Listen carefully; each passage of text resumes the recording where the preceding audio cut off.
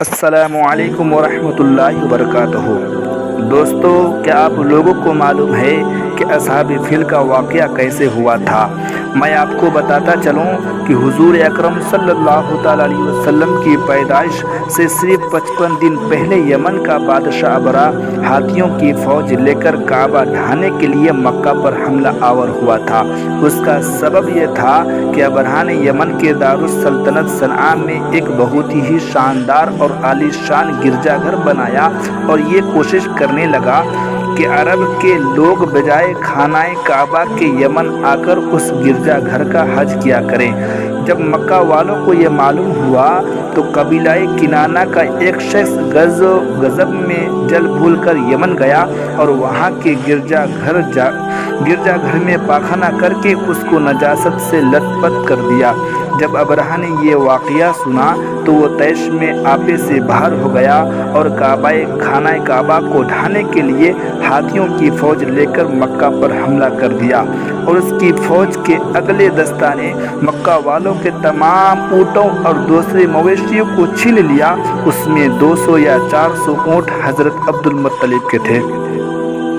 حضرت عبد المطلب کو اس واقعہ سے بڑا رنج پہنچا، چنانچہ آپ اس معاملے میں گفتگو کرنے کے لیے اس لشکر میں تشریف لے گئے۔ جب ابرہہ کو معلوم ہوا کہ قریش کا سردار اس سے ملاقات کرنے کے لیے آیا ہے تو اس نے آپ کو اپنے خیمے میں بلایا، اور جب حضرت عبد المطلب کو دیکھا کہ ایک بلند و قامت و رعب دار اور نہایت ہی حسین و جمیل آدمی ہے جن کے پیشانی پر نور نبوت کا جلال چمک رہا ہے، تو صورت ایک دیکھتے ہی ابرہہ مرعوب ہو گیا اور بے اختیار تخت شاہی سے اتر کر آپ کی تعظیم و تکریم کے لیے کھڑا ہو گیا اور اپنے برابر بٹھا کر دریافت کیا کہ کہیے سردار قریش، یہاں آپ کی تشریف آوری کا کیا مقصد ہے؟ حضرت عبد المطلب نے جواب دیا کہ ہمارے اونٹ اور بکریاں وغیرہ جو آپ کے لشکر کے سپاہی ہانک لائے ہیں، آپ ان سے مویشیوں کو ہمارے سپرد کر دیجئے۔ یہ سن کر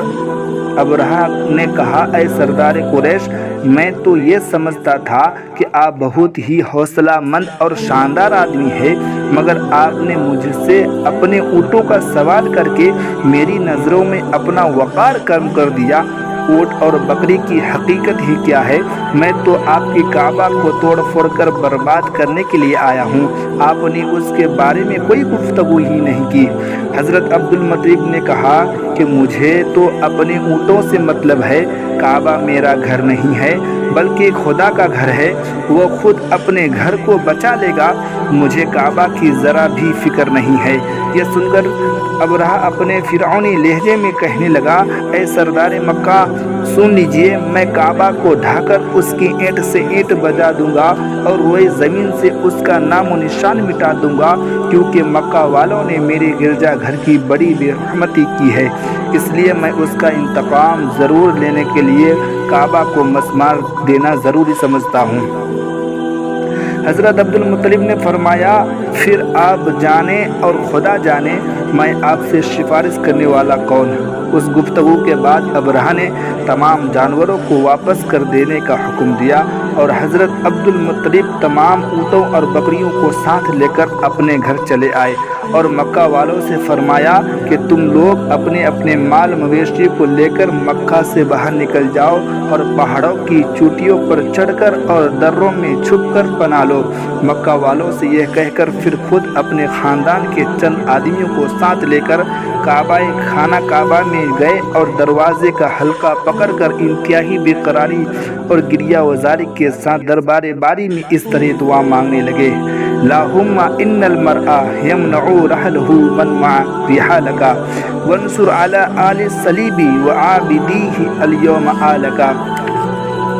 اے اللہ، بے شک ہر شخص اپنے اپنے گھر کی حفاظت کرتا ہے، لہٰذا تو بھی اپنے گھر کی حفاظت فرما اور صلیب والوں اور صلیب کے پجاریوں عیسائیوں کے مقابلے میں اپنے اطاعت شاروں کی مدد فرما۔ حضرت عبد المطلب یہ دعا مانگی اور اپنے خاندان والوں کو ساتھ لے کر پہاڑ کی چوٹی پر چڑھ گئے اور خدا کی قدرت کا جلوہ دیکھنے لگے۔ ابرہہ جب صبح کو کعبہ ڈھانے کے لیے اپنے لشکر جرار اور ہاتھیوں کی قطار کے ساتھ آگے بڑھا اور مقام